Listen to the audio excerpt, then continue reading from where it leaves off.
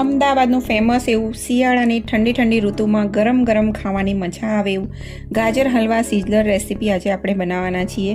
તો શિયાળાની ઠંડી ઠંડી ઋતુમાં ગરમ ગરમ હલવા સાથે ઠંડી ઠંડી આઈસ્ક્રીમ મળી જાય તો બીજું જોઈએ શું।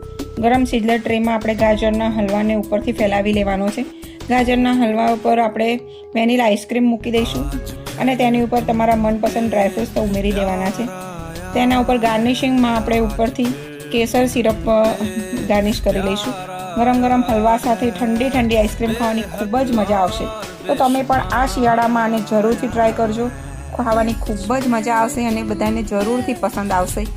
હલવા અને આઈસ્ક્રીમનું કોમ્બિનેશન ખૂબ જ સરસ લાગે છે। અને ફ્રેન્ડ્સ, જો તમને મારી રેસીપી ગમતી હોય તો મારી રેસીપીને લાઇક કરી મારી ચેનલને સબસ્ક્રાઈબ કરી લેજો અને કોમેન્ટમાં જરૂરથી જણાવજો કે તમને આ રેસીપી કેવી લાગી।